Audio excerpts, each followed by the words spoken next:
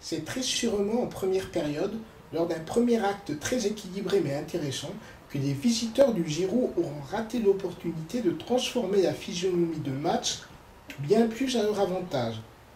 Ainsi, un débordement puis le centre en retrait de Brandwart voyait une première frappe de Sinaman, tout d'abord contrée par la main de Meunier, avant que Fressou, pourtant idéalement placé, ne rate ensuite la cible.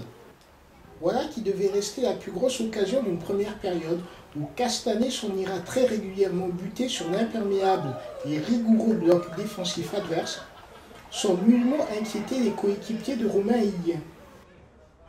On a eu énormément de mal parce que je pense qu'on n'a pas fait les efforts qu'il fallait en première mi-temps, c'est compliqué la vie plus qu'il ne fallait. Et après quand on a retrouvé de la simplicité en seconde mi-temps, ça allait un petit peu mieux, mais c'est une équipe qui est difficile à jouer, qui joue bien son jeu et qui emmerde plus d'une équipe et ça a été très difficile ce soir encore. Pas un changement tactique vraiment, mais disons qu'on a repris ce qu'on fait vraiment d'habitude et que ça s'est amélioré, on a été plus simple, on a refait les efforts vraiment tous ensemble et ça a été bien mieux en seconde mi-temps. La seconde période verra les locaux faire montre d'une bien meilleure animation offensive, notamment dans l'utilisation des couloirs où le capitaine Sénac voyait sur l'un de ses nombreux centres Grégory Banal, tout proche de l'ouverture du score.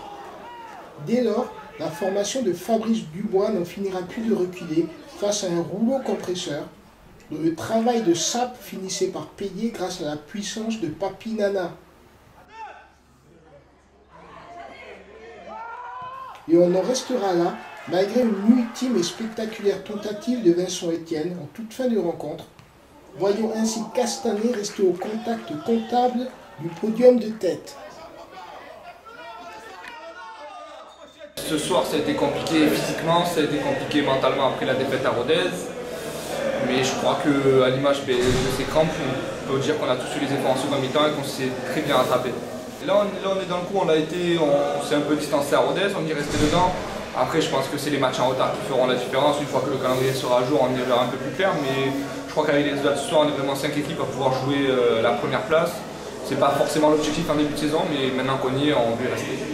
C'est anecdotique, bien sûr que je préfère gagner 1-0 que 4-3 en étant gardien, mais ça fait toujours plaisir. Je vais mieux dormir ce soir que la semaine dernière.